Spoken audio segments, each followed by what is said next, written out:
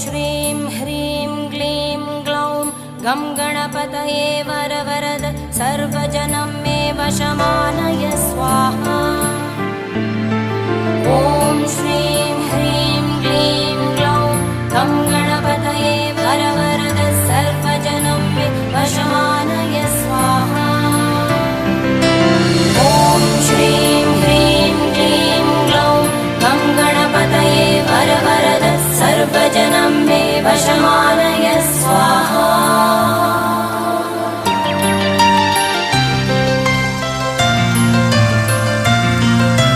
तत्पुरुषाय विद्महे